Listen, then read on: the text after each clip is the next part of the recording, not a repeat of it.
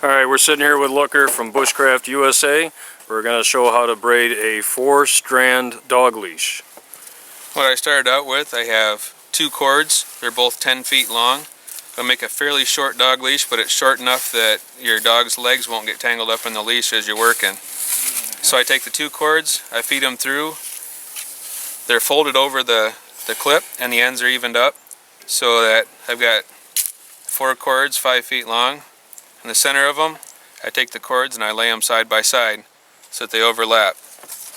Now what I'm going to do is I'm going to take, since this cord here is laying on top of the other, I'm going to take this cord from the outside on the left side. I'm going to come up through this space and it's going to lay over top of that top cord. Now the cord from the right side is going to do the same thing. It's going to come up and through and go over top of this cord that's laying on the top. And then back to the left side. The cord comes around through the space and over the top cord, back to the right.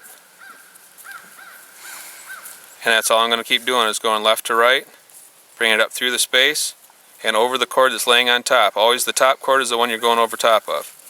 So I come up from the back side and over the top. The difference between this braid and a standard braid that you would do is that you're working from the back instead of the front. And we're going to switch sides just left to right and continue to work that all the way up the leash. You're going to keep it fairly tight. Keeping some tension on this makes a nice tight braid. A looser braid will end up being longer, but it feels more limp in the hand. The quality feels better if it's done tightly. Just have to untangle a little bit as you go. Keep your cords straight behind you. And then as you go up, you can start to see it developing now. Your 2 colors will spiral up the round braid as everything comes together. I use quite a variety of colors today. I'm using the University of Michigan colors, but I have quite a variety of colors I use for different leashes. This whole leash, once you get the hang of the braid, I can make one of these in about 20-25 minutes, half hour at the most. And at the other end, at the loop, we'll do an eye splice, so you end up with a good strong loop for your hand to go through.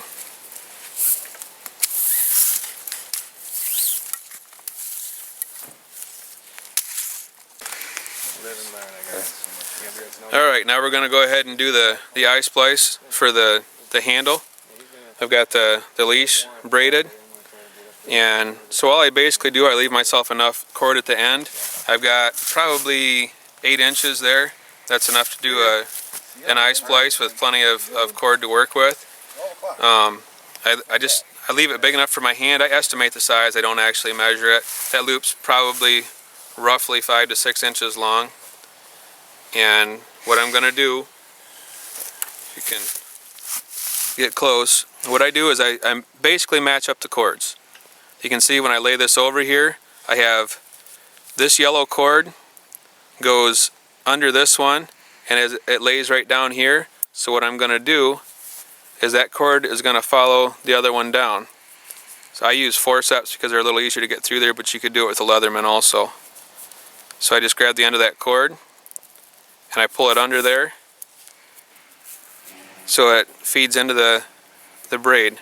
And then the other yellow cord is going to follow the other yellow cord. Same way, I grab that end and pull it through. These cords will probably look black on the video, but they're actually, this is a dark blue. So this blue cord is going to come around and follow this one. And the other blue cord is going to come around the back here and it's going to follow this blue one. It looks a little confusing right now, but as I start working them down through, you'll see how it all comes together. So I want to make sure that I have these tight, because in the end it'll make a lot better looking transition at the top.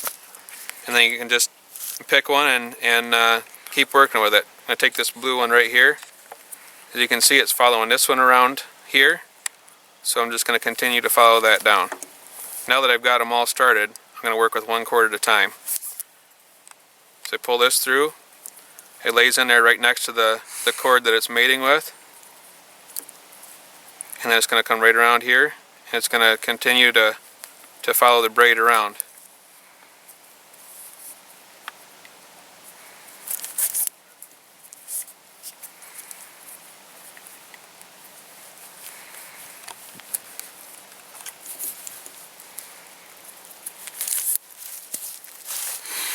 I've done this with pliers and with forceps. I find the forceps work a little better because the fine tips are easier to work through the cord.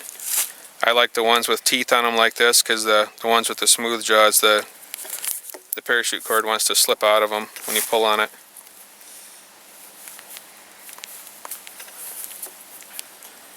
You don't want to, as you're feeding this cord down through, you don't want to pull it too tight, because what it'll do is it'll make a really tight braid, which makes it hard to feed the other cords. I've still got 3 more cords that have to work their way down through here, over and under and through, so if you pull it too tight early on, it's hard to get the other ones to feed down through. When I do this splice, I run it down about 4 or 5 inches. That's more than enough to give you good strength to keep that loop from pulling out if your dog pulls on it. And again, it's just estimation. The only thing I measure is the 2 cords. When I first start the leash, at the beginning of the braiding, I start out with 2 10-foot cords. And like I said, that it makes a fairly short leash. It looks too short to most people, but through a lot of experimentation, I found that the short leash that I use out of the 2 10-foot cords makes a really good length for walking your dogs, because it gives them good freedom of movement, but not so much movement that they can get the leash under their legs. I never have any problem with the leash getting caught under my dog's legs. So here's what we have. I go down about that far, like I said, about 4 to 5 inches, and you can see that one cord snakes around and it follows a cord all the way down. And now I'm going to do the same thing. I just pick up another cord. In this case, I'm going to work with the other blue one. And I do the same thing. This is going to spiral around again, and it just goes where the other cord goes. It comes over top of that blue one and under this yellow one. So I'm going to do the same thing. I'm going to pick the end of that cord up there. I'm just going to pull it through so that it chases that blue cord down.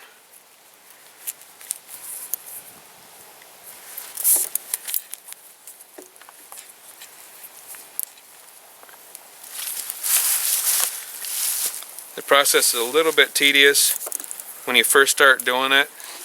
I've done quite a few of these dog leashes now, so I've gotten to where I can do them pretty quickly. All in all, we didn't film the whole thing because we wanted to keep the video shorter so it wasn't too brutal for the people that are watching it, but all in all, I can make one of these leashes in about 20 to 30 minutes. Is about how long it takes me to make one. The clips I buy from, you can get them from a hardware store. I usually buy mine from Home Depot or Lowe's. It's just a standard dog leash style clip, and they runs about $2 for the clip, and then the cord you can get from any place you get Paracord.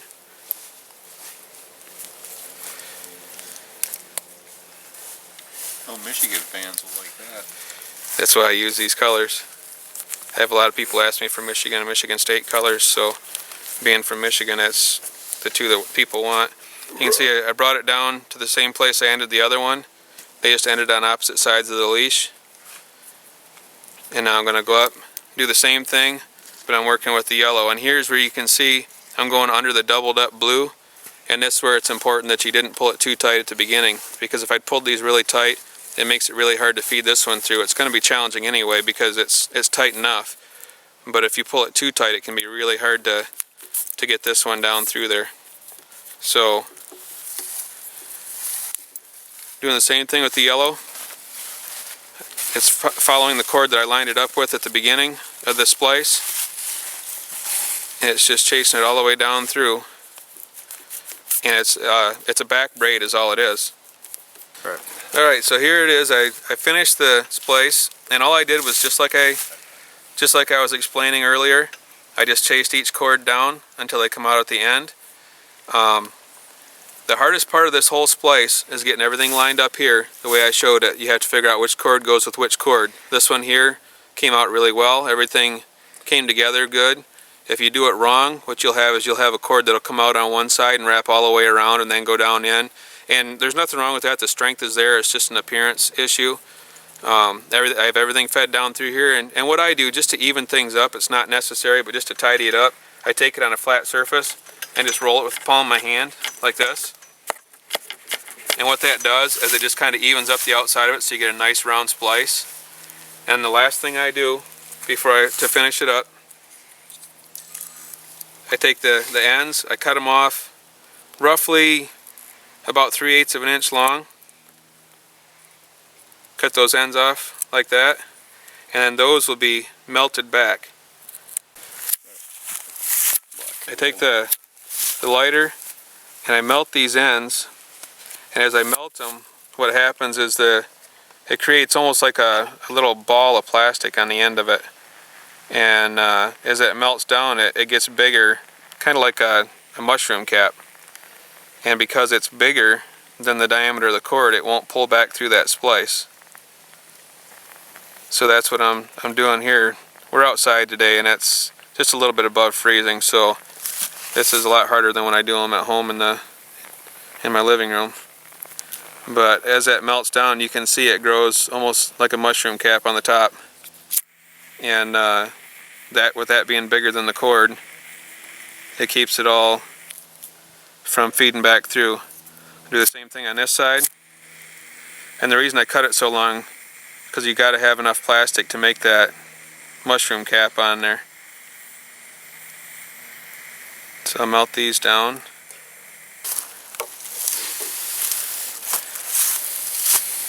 Once that cools to the point that it's not sticky anymore, then I'll do the same thing. I'll go back over here, roll it down again, and that just kind of draws those ends in and brings them up tight to the braid.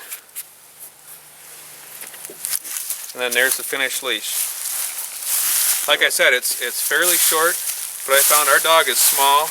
We have a Boston Terrier and a Boston Pug mix, and so they're short. They're about 14, 15 pounds, and even at their height, you can see when I'm walking, it's long enough to reach the ground, so I don't have any problem with length. The dogs have plenty of room to move, but it's short enough that when they walk, it doesn't get caught up under their legs. After some experimentation, I found that this is the best length to work with for walking your dog on a regular basis.